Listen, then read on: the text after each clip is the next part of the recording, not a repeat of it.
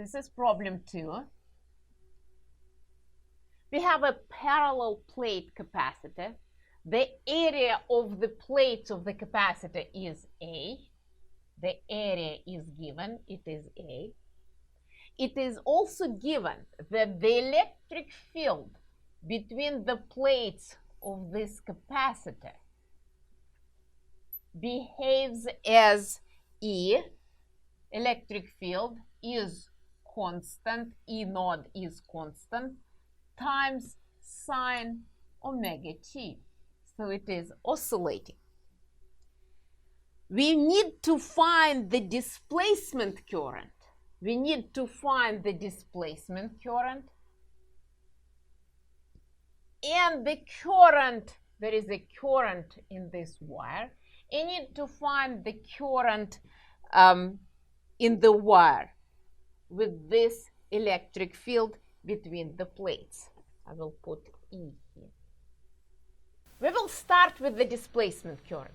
We know that integral B dot dr over closed path is equal to mu naught current I, motion of free charges, plus epsilon naught ddt of the flux of the electric field through the surface, ds, bounded by this path.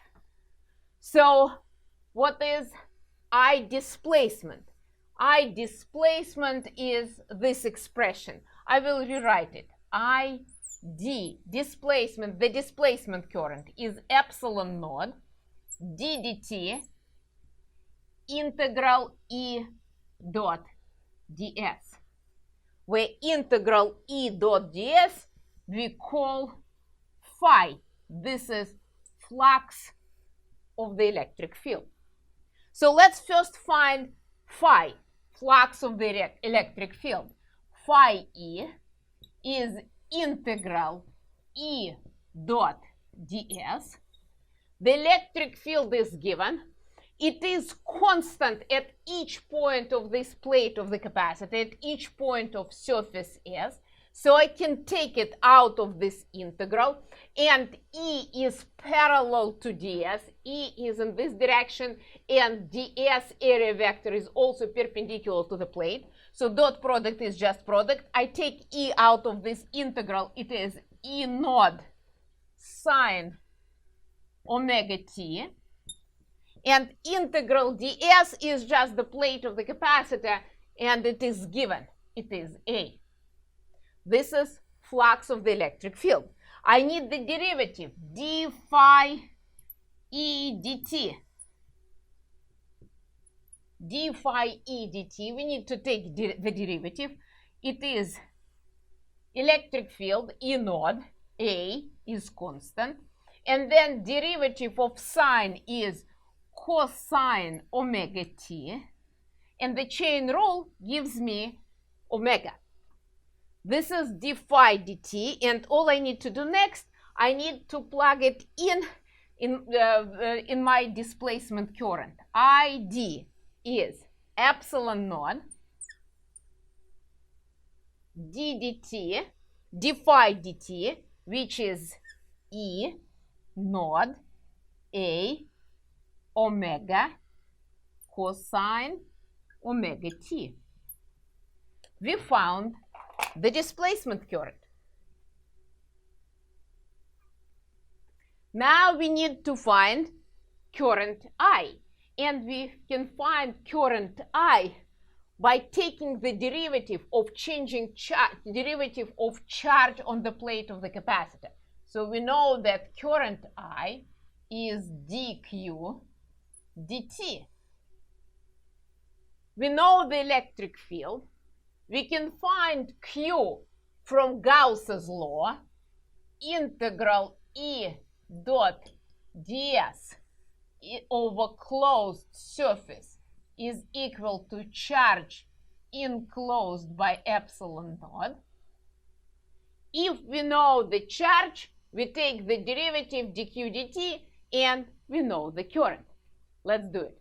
Now let's apply Gauss's law to this situation, and as always, when we find the electric field between the plates of the capacitor, we use cylindrical Gaussian surface. This is my imaginary surface. I put this left cap inside the conductor, inside metal, and the right cap is between the plates, and we also have the side surface. So what will be the flux of the electric field through this Gaussian surface? The electric field is in this direction, so the flux through the side surface will be 0 since E is perpendicular to ds.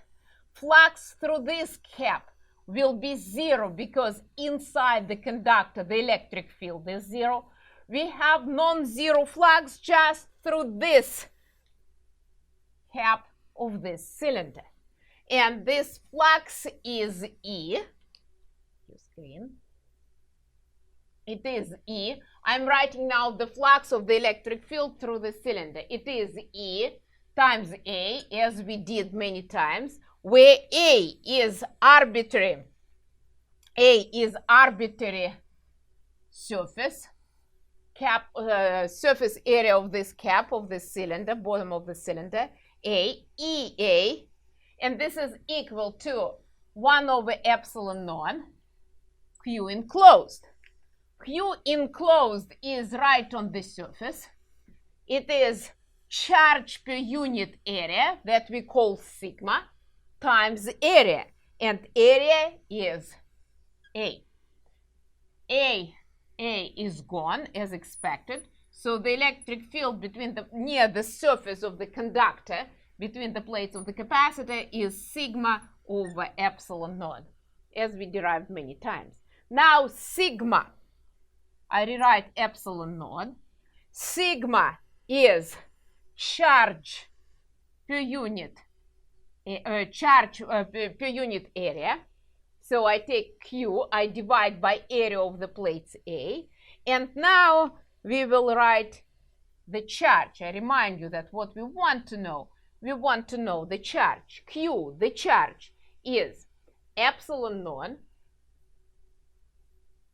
A times the electric field. We keep going. Or let's bring the electric field here. I have Q. I will rewrite it right here at the top. Q is epsilon naught A, and the electric field is E naught sine omega t. It was given, sine omega t. So we know Q, and now we are ready to take the derivative. What will be current? Current I dq dt. Current I dq dt. I dq dt. To make it less crowded, I will probably erase this. dq dt is epsilon naught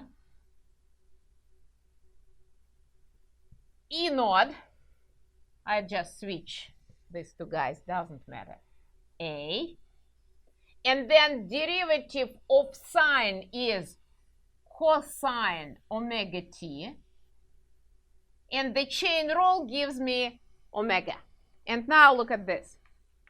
This is the current in the wire, conduction current, I dq dt, epsilon naught E naught A omega, and then cosine omega t. So our current is the same as the displacement current. The total AC current should be continuous.